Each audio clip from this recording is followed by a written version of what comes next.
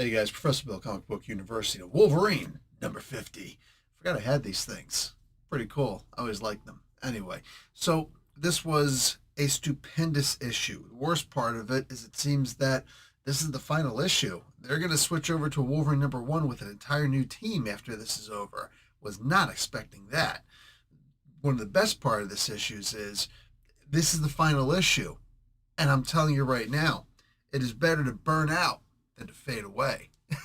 And this comic book proves that in so many ways. Let's talk about who made the comic book. We'll get into it from there. So Benjamin Percy and Victor Lavelle are the writers. Jeff Shaw and Corey Smith are the pencilers, with Jeff Shaw and Oren Jr. doing the inks.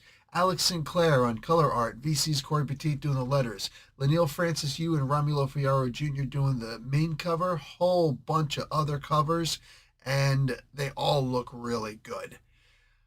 This comic book, bro, it starts off with the idea that Wolverine's going to have to fight against Graydon. I don't remember them using the word bad seed in here. I think they're just like, yeah, that was the biggest, screw up that we did in the entire comic book, with the entire series, which, yes, it is. Like, such an amazing comic book.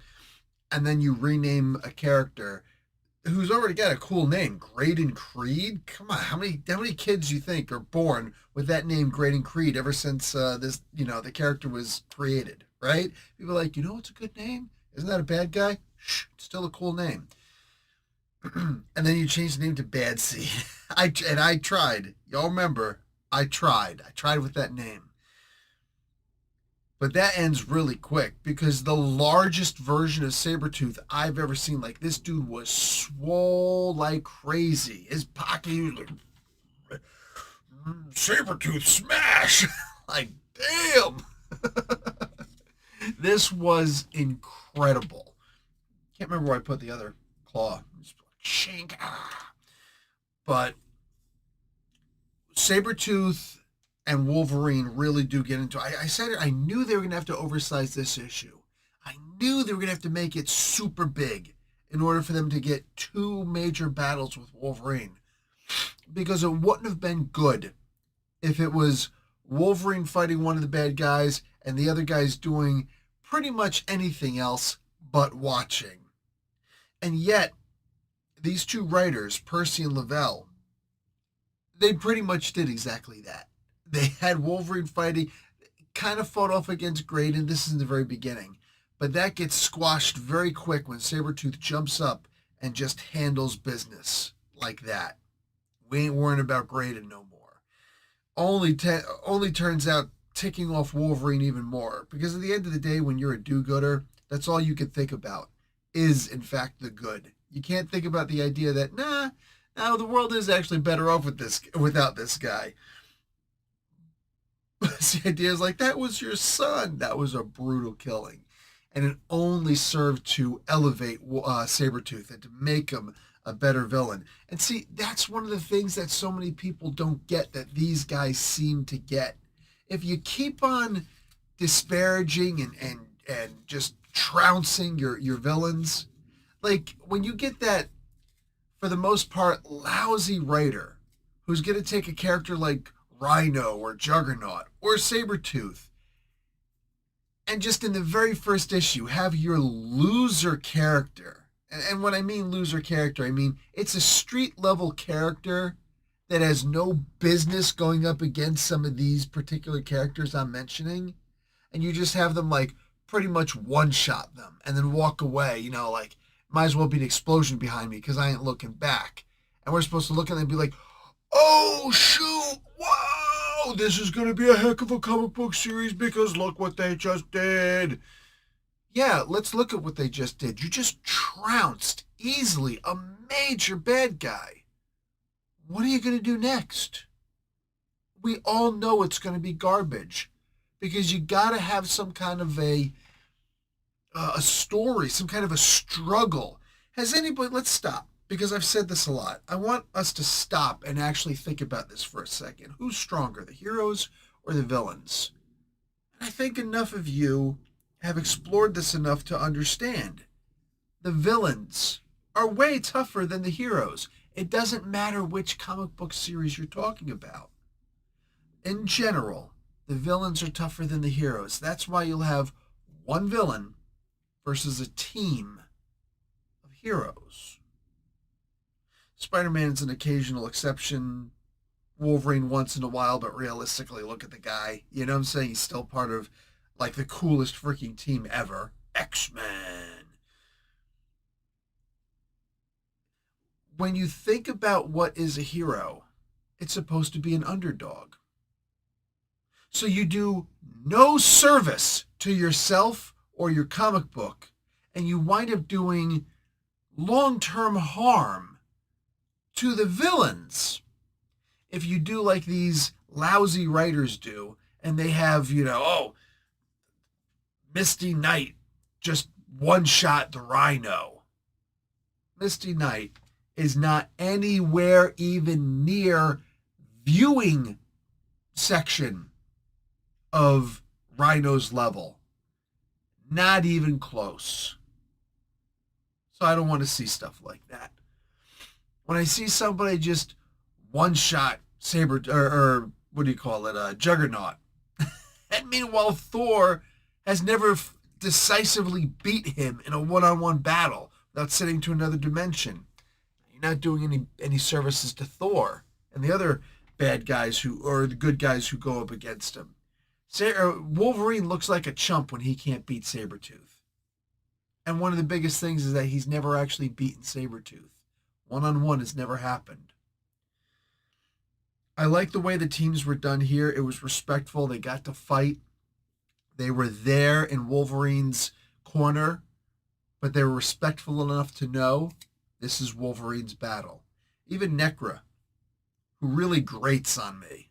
What an annoying freaking character. Am I wrong? But whatever. So you guys probably love her. It's like, you don't know. No, I don't know. I don't know. If there's a couple of issues I can read where I'm going to be like, okay, this is a cool character, feel free to let me know. It's one of the purposes of the comments section. But for right now, I see this character and I think she is so pathetic. Just came across as so cool in this series. And now just, she's just a whiner. Me no like you, the whiners. Whining about somebody being a whiner. I don't want to give spoilers for this comic book because if there's a comic book that's worth reading, it's this one. Double-sized, action-packed, every single panel in this comic book. The art is out there, man. Wow, this is out there. I guess I can understand why they were given more time to put this issue out. The artists were probably like, listen, man, I need more time to make this awesome. They said, well, if it's not awesome yet, you make it awesome. We'll wait. All right? Just tell us when you're ready. And it worked. If that was, in fact, the case, it worked. Wow, it worked wonders. This book, bro. Holy crap. Even the quote-unquote lulls. There's a part where Sabretooth meets up with Wolverine right at I hate the idea of giving spoil. I'm not going to give the spoiler because it's actually really cool when he does it. He goes to this one place that anybody who read the original Hoxpox 5 issues, each 10 issues total, you're going to look at this and say, now that is awesome. That is awesome that Sabretooth got to come here and meets Wolverine there because he doesn't get to meet the other people there. But man, it's fantastic. There's a thing in here. It says that in issue number 25 of X-Force, Forge hinted at a device that he was making. Well, apparently he completed it. And nobody got hide nor hair as to what happens next. I know that was Percy who was doing the X-Force. I didn't read X-Force number 25. So for me, it's kind of like, oh, okay, cool. So apparently, da-da-da-da-da. I don't know when X-Force number 25 came out, but for those of you who got to read it, and you saw that one part, and you're wondering what it is that he was doing, it pays off in this issue. And I got to say kudos. I got to give credit where credit's due, because even though it doesn't really do, it just kind of bounces off me a little bit, like, okay, cool. I have to acknowledge that if I would have read issue number 25, if I were reading that whole series and I saw that, and then all of a sudden I saw the reveal of what it actually was, it probably would have hit harder than it did for me going in here clean.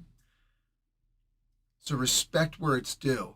It's always cool when you can, I don't know, finish off the story, right? Do the Cody Rhodes, finish the story, and boom, there. This team could have kept on going with this story. Saladin Ahmed is coming out with the next Wolverine story. They're starting with issue number 1 again. So I guess this will be volume 5, I guess, of Wolverine. I'm really not a huge fan of them starting off with new issues again. I get it. At first you want to say, oh, but it's a new writer. So, I mean, you got to give respect. No, actually not really, because at any moment, some new writer could come along, like 10 issues in. Saladin could be like, I'm not feeling this. Can I hand this off to somebody else? Or I'm sick, or I got hit by a bus. God forbid. But people do get hit by buses, all right? How are you going to finish your comic book if you get hit by a bus? So you got to get a new writer. You're just going to end that series just like that, you know? Going to get a little fill-in writer to fill a couple of and then start off with an issue 1 again? No, you're not going to do that. You're going to keep on going, right? Excuse me. Volumes shouldn't be based on who's writing them, because you can get guest writers and all that stuff, and you can just flat out switch. How many times that happened with the original X-Men run, right? When Stan Lee and Jack Kirby were no longer doing the X-Men. Are you going to... Actually, it wasn't even Jack Kirby, was it? After a while, it wasn't. But anyway, you're going to sit here and honestly tell me that, oh, well, they should go back to issue number 1 again? No, come on. Not a huge fan of the way they do that. We all know that it's a gimmick to go back to an issue 1. But hey, I'm not going to harp on that for forever. I'm simply going to say that we all know, I think, that that's just a gimmick and it's not cool, but whatever. I will say, though, while Saladin kind of is a hit or miss with me, the panels that they did show, pure pencils, looked good. They did look good. It involves Wolverine and a bunch of wolves and Nightcrawler. It's hard to go more original Wolverine than that. Am I wrong? So I'm looking forward to it. I'm going to have to check it out when it actually drops. Until then, guys, like the video, watch an ad. Make sure you check out this comic book, Professor Bill Comic Book University. Class dismissed.